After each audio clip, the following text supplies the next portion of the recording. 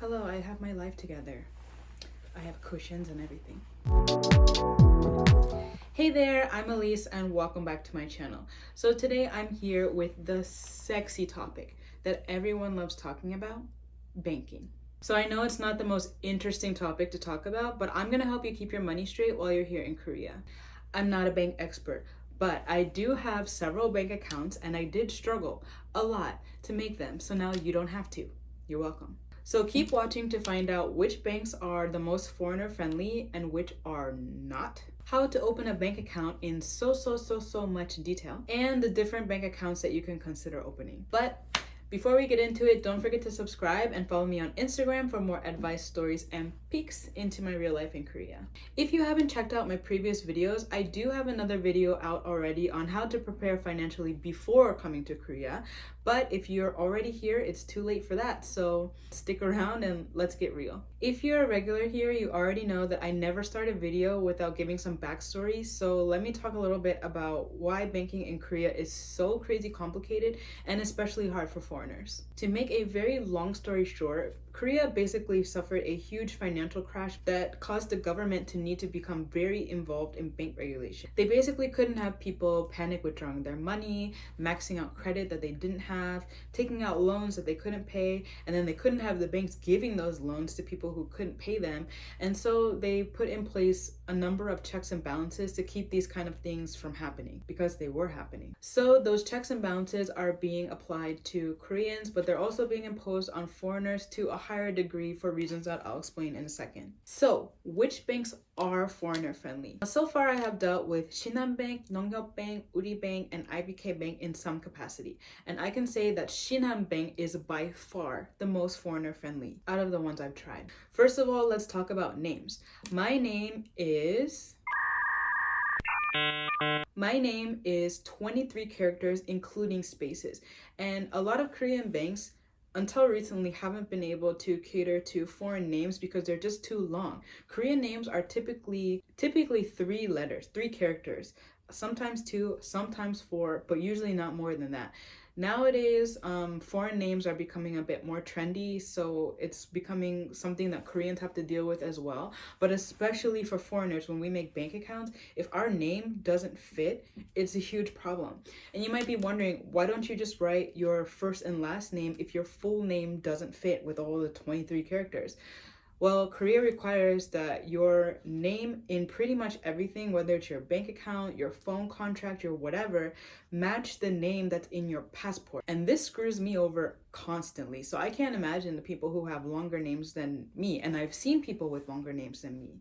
So while I don't know what Shinhan Bank's character limit actually is, I do know that it's at least more than 23 characters, including spaces. I also know that apparently Nonghyuk Bank's character limit is 22 characters, including spaces, because my name is 1 character too long for their whole system. Has this caused me problems? Yes.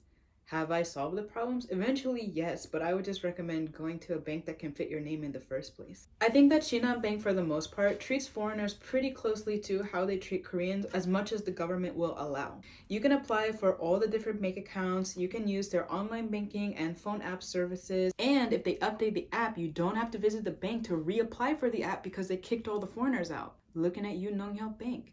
Shinhan Bank was also the first bank to offer certain loans to foreigners that other banks either just now decided to offer or still don't offer to foreigners. Also, if you're not worried about which bank is the most foreigner friendly and you just want to know which bank offers the most competitive rates in terms of savings account or whatever, I've actually noticed that compared to my friends that are using other banks like KB or Hana Bank, I've been able to open savings account with higher interest rates. So of course you want to compare all the banks, but I haven't had any kind of problems with finding that Shinhan wasn't as good as another bank. So as you can tell, my recommendation for anyone who's new to Korea would be to visit Shinhan Bank to open up a bank account. Online banking and their app are pretty intuitive.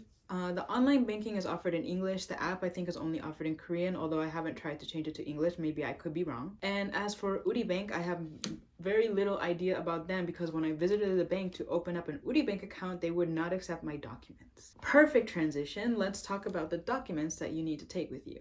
It's gonna vary depending on which bank you visited, but the general rule is that you either need to be employed or you need to be a student, because you need to turn in your proof of employment or your proof of admission in order to make a bank account. Language school admissions papers do count for this. So you're going to need your ARC card and your passport. You're going to need your proof of employment or your proof of admissions. You're going to need a phone number, which I found out years later did not have to be your own phone number, and an address, which also doesn't have to be your address. Technically, I'll explain more. Guys, I was struggling so bad when I first came to Korea because I didn't know that the phone didn't have to be your phone, and I didn't know that the address didn't have to be your address.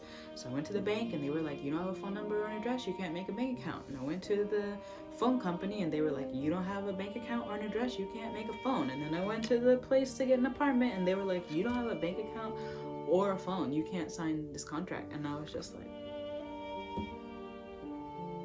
but finally I figured out that at least to get started, the phone didn't have to be your phone. So anyway, let's keep going. So in my experience visiting different branches of Shinhan Bank, I actually didn't have to show my documents. It's not because they're not required, it's just because they didn't ask me. I actually asked them like, hey, I brought my documents, do you want to see them? And they were like, no, we believe you.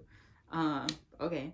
I heard they're not that lenient anymore, but I still made a bank account just a few months ago, so I think yes they are. Okay, let's say that you prepared all the documents that you need, you found a phone number that you can viably use for at least the next week or so, and you found an address that you can use for the next week or so if it's not your permanent phone number and your permanent address. What do you do at the bank? When you first walk in, there's usually a person there who's going to ask you what you're there for. And the reason that they're asking is that they want to help you print out the correct ticket to go to the correct teller. What you should say to them, assuming that you're there to open up any kind of bank account, is 통장을 만들고 싶어요. And before anyone drags me for my Korean and tells me I could have said something else, I'm giving the option under the assumption that maybe the person visiting doesn't speak super great Korean, maybe it's their first time visiting the bank, maybe they're going to be very nervous. It's always best to go with the simplest, most memorable phrase. And so I want a 통장. It's very easy. I think that you will be able to manage to say that to the person at the door. And the person at the door is definitely going to understand, and they're definitely going to print the right ticket, and that's all that matters. Hot tip. If you're not super confident that you're going to be able to remember the numbers or hear the numbers for your number to be called, there's usually a screen in the bank that's showing which number is next. And if you don't see a special screen just for these numbers, try looking for a TV, because it might be on the side panel of the TV. And if you're really in doubt, you can always just watch the tellers, because the number that they called is showing at their station. So don't worry if you're not able to hear the numbers being called, you'll know when your number was called. Once your number has been called, make sure that you go up to the teller with your ARC card and your passport together and put them on a little tray that they have there. The teller might ask you what you've come for, or you can just start out by saying the same thing that you said to the person earlier, 통장을 만들고 싶어요. Now you're going to add at the end, 당좌 예금, which means checking account. So if you say that together, 통장을 만들고 싶어요, 당좌 예금. I recommend saying it all out from the beginning so that they don't ask you a bunch of questions that you might not understand. Next, they might ask you for your proof of employment or your proof of admissions if they ask you for anything, because we're talking about Shinhan Bank here. But you can also just give them that when you give your ARC card or your passport if you want to avoid any questions whatsoever. The next thing that they'll ask you for is to give your address and your phone number. If you don't want to talk to them, you can always just go with a little card written down with address and phone number and just hand them the card. Otherwise, you just tell them your phone number and your address. They will do some stuff in their computer. I don't think that they're going to ask you more questions than this, and then they'll show you what's it called? Template. What's this called? Not iPad. What is this? Tablet. And you'll just have to write your name and sign over and over and over again. You're just confirming the information that you gave, confirming that you understand which kind of bank account that you're opening, and confirming that you want to open a bank account. Like, there's nothing really to worry about here. Then they will bring you a 통장, which is the bank book, and it'll have your bank account number and your name printed in there to match your passport and ARC card. You just have to sign it, they'll laminate it, and you're done. Technically, you could stop at this point. You only have a bank account and a 통장, but if you're feeling overwhelmed and you don't really want to stay at the bank any longer, you could leave and you have now a functioning bank account. But if you still have some energy left, here are some hot tips for how to fully set up your bank account. The first thing that I want to recommend is to check that they've registered both your ARC card and your passport. I don't know why, but there are some functions on the online banking or even in person that only work with your ARC card. There are other functions that only work with your passport. And I think this is for foreigners. I think that foreigners have been restricted from using their ARC card in certain situations. But anyway, the point is your life will be so much easier if they have both in their records. So make sure that you register both. If you didn't bring both with you, bring the other one the next time that you go to the bank and ask them to put it on record. I think a lot of people will wonder if they can make a bank account with just their passport because maybe they don't have an ARC card yet. You can make a bank account without your ARC card. I did. But if you make a bank account with just your passport, it's going to be a limited bank account. So you won't be able to do things like use online banking or phone banking. You might not even be able to get a debit card. I honestly can't remember if I had a debit card back then, but you'll just basically have a basic bank account and your 통장. So I was going to the ATM machine to print out my 통장 every time, and that sucks until you get your ARC card. The next thing that you're going to want to ask for is for a check card or debit card in American English. And to get this, you just use the same sentence structure, but you replace 통장 with 체크카드. 체크카드를 만들고 싶어요. Debit cards are not automatically included with your bank account. You only get the 통장. So you need to ask for a debit card to be released to you, issued to you. But the check card doesn't do anything except for provide payment in person in stores. So if you wanted to be able to do other things like online shopping, international use, transportation, T-money use, you have to tell the teller that you want it to be able to do that. The only issue is if you want the card to be able to do international use, you can't use it for transportation and vice versa. So if you want both options, you'll have to make 2 different bank accounts. I won't keep saying the different phrases that you need to use in order to set this stuff up, but I'll put it in the description down below, so don't worry about it. The reason that you can't have both international use and transportation use is because foreigners are seen as a flight risk, and I've said this in so many of my videos, but we actually are. A lot of foreigners end up ditching the country, like they just pack up and leave, they don't close their bank accounts, they don't pay any of their bills, they just disappear. And so because of this, banks have become quite leery about doing anything with foreigners. So actually, when Koreans get their check cards set to be used for transportation, the fees for their transportation are deducted every month, every 4 weeks. But for foreigners, it's actually deducted every 2 weeks. And the reason is because they're afraid that you'll keep using the card for a month and then never pay it. So our deductions are more frequent. Okay, next step. As I said in the beginning, so much detail. When you first open a bank account, there's going to be a withdrawal and transfer limit, and the amount varies depending on which bank it is, but for Shinhan Bank, it's only 300,000 won, or basically $300. So to get this raised, you need to say handolul nulligo 싶어요. And then they will make some judgments based on your salary and how long you've had the bank account, which up to now is nothing, you haven't, it's day 1. And they'll decide how much you can raise the limit to. I've never heard of anyone getting it rejected the very first time that they ask, but maybe the limit will be raised to just like 1,000.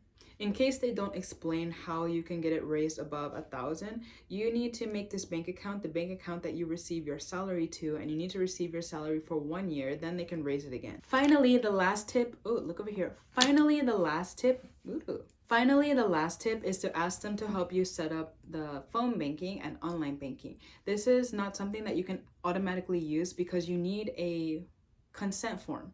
I'm gonna call it consent form, but I've never actually thought of what it's called in English. For me, I remember when I first came to Korea, I couldn't read well enough to set up the online banking for myself. So I had come to the bank with the app already downloaded, and I just handed them my phone and told them, like, I'm sorry, I can't read. Can you please set up the online banking? But I didn't even do this until I had been in Korea for a year.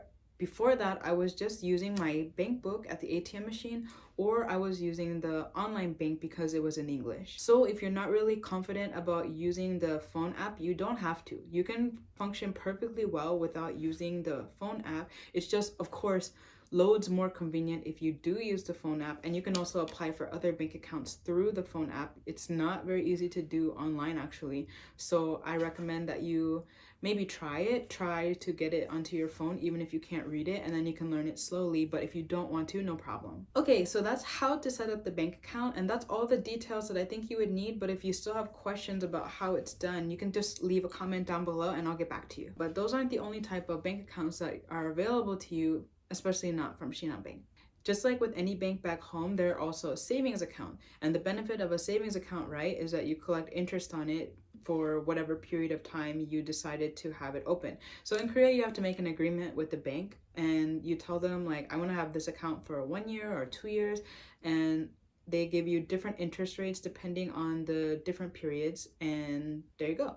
And this savings account is called chokum.